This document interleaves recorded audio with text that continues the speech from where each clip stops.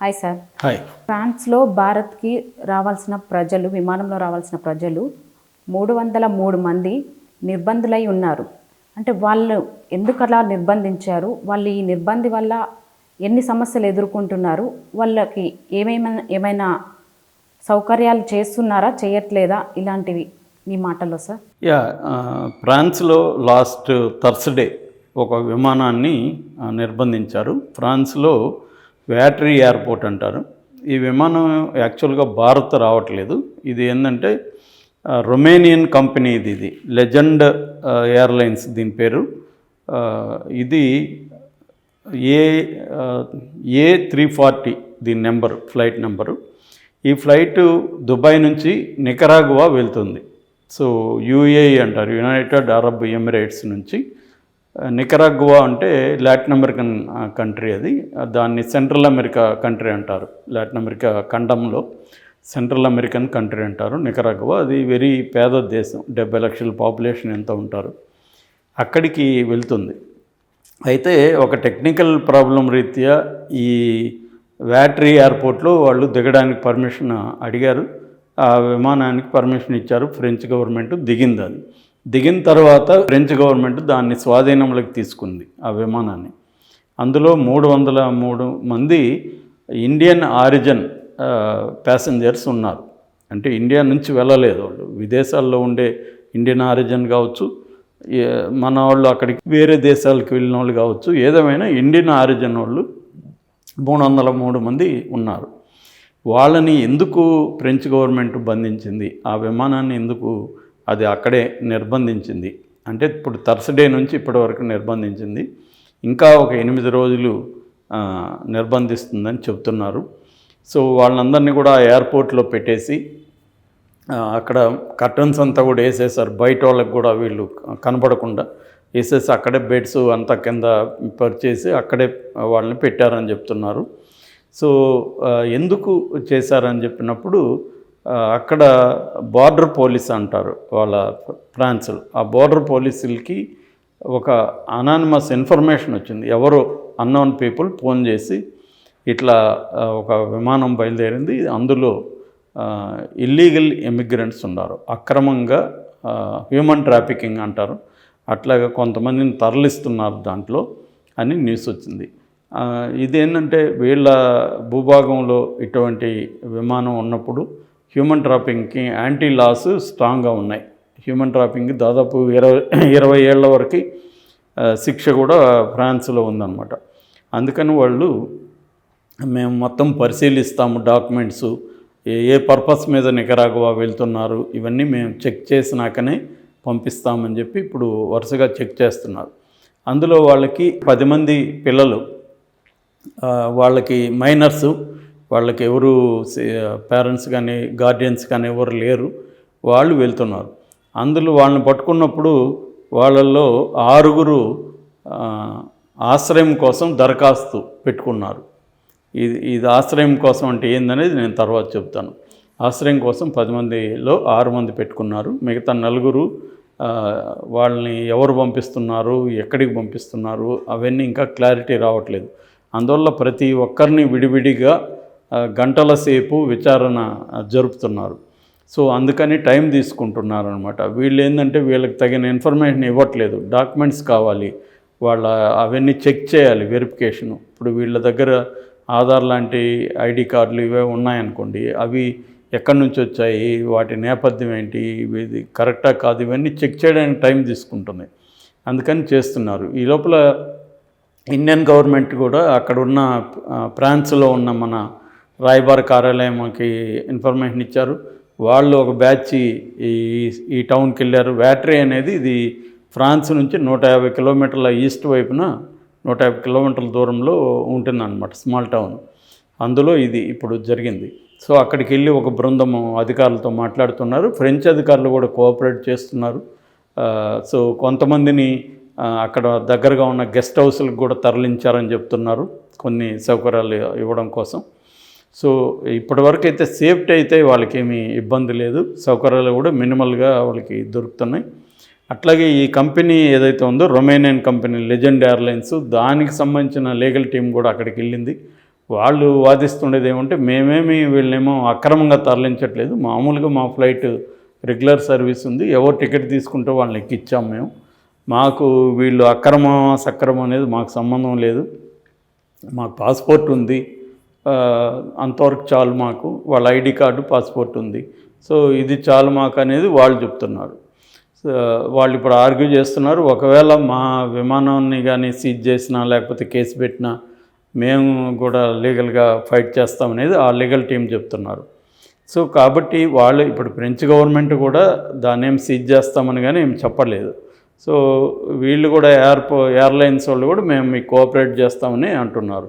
అంటే మా దగ్గర ఏ సమాచారం ఉంటే అది మీకు అందిస్తాము, కోఆపరేట్ చేస్తామని చెప్తున్నారు. సో బేసిక్గా ఇది ప్రాబ్లం అనమాట. అంటే ఇల్లీగల్ ఇమిగ్రెంట్ అనేది ప్రాబ్లం. ఇదేం జరుగుతుందంటే దుబాయ్కి వెళ్తారు మనోళ్ళు, అక్కడ నుంచి లాటిన్ అమెరికా కంట్రీస్కి వెళ్తారు. ఫస్ట్ లాటిన్ అమెరికా కంట్రీస్కి వెళ్ళి అక్కడ కొన్ని బృందాలు ఉంటాయి, మాఫియా గ్యాంగ్స్ ఉంటాయి అక్కడ. వాళ్ళు ఏం చేస్తారంటే మనల్ని అమెరికా కానీ కెనడా కానీ చేరుస్తారు ఏదో మార్గాల్లో. ఈ చేర్చడానికి వాళ్ళకి డబ్బులు ఇవ్వాలి. దీనికి మళ్ళీ ఏజెంట్స్ ఉంటారు, ఆ ఏజెంట్లను మన వాళ్ళు పట్టుకుంటారు, మన ఏజెంట్లు వాళ్ళని పట్టుకొని కాంటాక్ట్ చేసి వాళ్ళ దగ్గరికి తీసుకెళ్తారు. అక్కడ నుంచి వాళ్ళు జనరల్గా అమెరికా కెనడా ఈ 2 దేశాలకు ఎక్కువగా ఇల్లీగల్ ఇమిగ్రెంట్స్ వెళ్తారనమాట. ఇది ఇల్లీగల్ ఇమిగ్రెంట్ ప్రాబ్లం అంటారు. ఎప్పుడైనా ఇల్లీగల్ ఇమిగ్రెంట్స్ దొరికిపోయినప్పుడు వాళ్ళు ఏం చేస్తారంటే అసైలంకి అప్లికేషన్ అంటారు, దాన్నే శరణార్థిగా ఉంటాను మీ దేశంలో అని. సో ఆ అప్లికేషన్ పెట్టుకుంటే వాళ్ళని అసైలంలోకి కొన్ని సపరేట్గా ఒక క్యాంప్స్ లాగా నడుపుతూ ఉంటారు యూరోప్లో. ఆ క్యాంప్స్కి వీళ్ళని తీసుకెళ్ళి అక్కడ పడేస్తారనమాట అసైలంలో. సో ఇది అందుకని ఈ బాలూరు కూడా ఏంటంటే వీళ్ళని ఎవరో ఎక్కడికో పంపిస్తున్నారు, అంటే అమెరికాకి కానీ కెనడాకి కానీ. అక్కడ హోటల్స్ కావచ్చు, అక్కడ అనేక కంపెనీలు ఇలాంటి వాళ్ళని తీసుకుంటారు. ఎందుకంటే లోకల్గా పనులు ఇచ్చి పెట్టుకోవాలంటే లోకల్ రూల్స్ వాళ్ళకి బర్డన్గా అనిపిస్తాయి. ఎందుకంటే వాళ్ళకి గంటకి ఎంత అనే మినిమల్ వేజెస్ అవన్నీ ఉంటాయి, ఇన్సూరెన్స్ ఇవ్వాలి, మెడికల్ ఇది ఇవ్వాలి, అవన్నీ ఇస్తే వాళ్ళకి లాభాలు ఎక్కువ రావు. అందుకని ఏం చేస్తారు, ఇల్లీగల్ ఇమిగ్రెంట్స్ కనుక వాడికి భోజనం పెట్టి ఎక్కడో చోట రూమ్ ఫెసిలిటీ ఇచ్చేస్తే వాడు చచ్చినట్టు పని చేస్తుంటాడు, ఎక్కువ గంటలు పని చేస్తాడు, వాడు డిమాండ్ ఏం చేయడు, ఇన్సూరెన్స్ అవసరం లేదు, మెడికల్ బెనిఫిట్స్ ఇవ్వాల్సిన అవసరం లేదు, మినిమమ్ వేజెస్ ఇవ్వాల్సిన అవసరం లేదు. అందుకని అక్కడ వాళ్ళు లోకల్స్ కూడా ఇలాంటి వాళ్ళని ప్రిఫర్ చేస్తారు. సో ఇది మేజర్ ప్రాబ్లం. అందువల్ల వీళ్ళు పట్టుకున్న విమానం అయితే కరెక్ట్గానే పట్టుకున్నారు వీళ్ళు, అది హ్యూమన్ ట్రాఫికింగ్ జరుగుతుంది. సో మన ఇండియన్స్ ఎక్కువ మంది వెళ్తారు, సంవత్సరానికి మన వాళ్ళే దాదాపు 1,00,000 మంది ఇల్లీగల్ ఇమిగ్రెంట్స్గా ఈ 2 దేశాలకు వెళ్తారని చెప్తున్నారు. చైనా తర్వాత ఎక్కువగా ఇండియా అనమాట.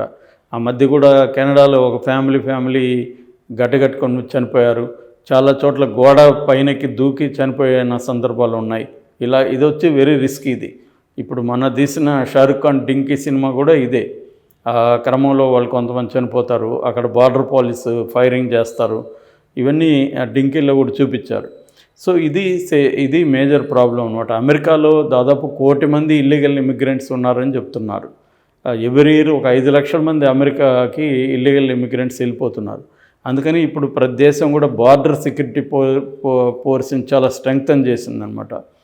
సో యూరోప్లో కూడా ఇది మేజర్ ప్రాబ్లం అయింది. ఎందుకంటే అటు సిరియా లేకపోతే ఇప్పుడు పాలస్తీనా వీళ్ళందరూ ఎక్కడికి వెళ్తారు, యూరోప్ మీద దగ్గరికి వస్తారు ఫైనల్గా. సో యూరోప్ ప్రతి దేశం కూడా ఈ అసైలం వాళ్ళతో నిండిపోయిందనమాట. దీనివల్ల ఆ దేశాల్లో రకరకాల సమస్యలు వస్తున్నాయి. వాళ్ళు ఏంటంటే ఫస్ట్ మాకు ఫుడ్ ఆశ్రయం ఇస్తే చాలు అంటారు, మెల్లమెల్లగా మా హక్కులు అంటారు. సో వాళ్ళ పౌర హక్కుల సంఘాలు అవి ఏర్పడతాయి. మెల్లగా అసాంఘిక శక్తులు అక్కడ చేరతాయి, అక్కడ నుంచి క్రైమ్ మొదలవుతుంది. సో ఇటువంటి అనేక సమస్యలు అక్కడ ఇదైనాయి. సో దానివల్ల లోకల్ రేట్లు విపరీతంగా పెరిగిపోయినాయి. యూరోప్లో ముఖ్యంగా ప్లేసెస్ రెంట్స్ విపరీతంగా పెరిగిపోయినాయి. అక్కడ ఒక హౌస్ ఉంటే చాలు అనమాట, హాయిగా బతికేయచ్చు. ఒక పెద్ద ఫ్యామిలీ ఒక చిన్న రూమ్ ఉంటే చాలు, రెంట్కి ఇచ్చేసి బతికేయచ్చు. సో అటువంటి రెంట్స్ ఆ మధ్య కూడా మనం ఒక దాంట్లో కూడా చెప్పుకున్నాం, బెడ్ కూడా షేరింగ్కి ఇస్తున్నారు. ఒక ఆవిడ అలాగా నా బెడ్ షేర్కి ఇస్తాను, ఎవరైనా పడుకోవచ్చు నా బెడ్లో, నెలకింత కట్టండి అని కెనడా ఆమె ఆ మధ్య ప్రకటన ఇచ్చింది. సో ఇటువంటి ప్రాబ్లమ్స్ అంతా అసైలం వాళ్ళ వల్ల వస్తుంది. ఇది బేసిక్గా ప్రాబ్లం. దీన్ని ఇల్లీగల్ ఇమిగ్రెంట్ ప్రాబ్లం అంటారు. సో ప్రతి దేశంలో ఉన్నాయి. ప్రధానంగా ఏంటంటే పావర్టీ పెరిగిపోయిన దేశాల నుంచి వెళ్ళడం, లేదా మన వాళ్ళు అయితే డబ్బులు ఎక్కువ సంపాదించుకోవచ్చు అక్కడ ఉంటే అని చెప్పి వెళ్ళడం, ఇలాంటివి జరుగుతున్నాయన్నమాట. సో ఈ ప్రాబ్లం కోసమే వీళ్ళు ఈ విమానాన్ని చేశారు. అంత తప్ప ఇండియన్స్ మీద వాళ్ళకి ఏదో కోపం ఇంకోటి కాదు. దీన్ని ఇప్పుడు వాళ్ళ సమగ్రంగా విచారణ అయిపోయినాక కోర్టుల్లో మొత్తం ప్రొడ్యూస్ చేసినాక, సో దాని తర్వాత వాళ్ళని మన దేశానికి డిపోర్ట్ చేస్తారు. ఒకవేళ అసైలంకి అప్లై చేసుకుంటే అది ఓకే చేసుకుంటే అసైలం తీసుకుంటారు. ఒకవేళ లేదు ఇండియాకే పంపించేయాలన్నప్పుడు ఇండియా ఒప్పుకోవాలి మళ్ళీ వాళ్ళని వెనక్కి తీసుకోవడానికి. ఇండియా ఒప్పుకోకపోతే వాళ్ళని ఏలియన్స్గా కూడా పిలుస్తున్నారు. ఇమిగ్రెంట్ ఏలియన్స్ అని కూడా అంటున్నారు. అప్పుడు టెంపరరీ రెసిడెన్స్ ఇస్తారు. ఈ లోపల ఆ సమస్యని పరిష్కరించడానికి ట్రై చేస్తారు. ఇది బేసిక్. అంటే సార్ ఇప్పుడు వీళ్ళు ఏది చేసినా పొట్టకూడి కోసమే వెళ్తున్నారు, అక్కడ బ్రతకడం కోసము. వీళ్ళని పట్టుకున్నారు, ఇప్పుడు పట్టుకొని ఇలా బంధించారు కాబట్టి వీళ్ళు వెళ్ళకుండా ఉండడానికి ఎలాంటి చర్యలు తీసుకుంటే ఇక్కడ మనకి మంచిది?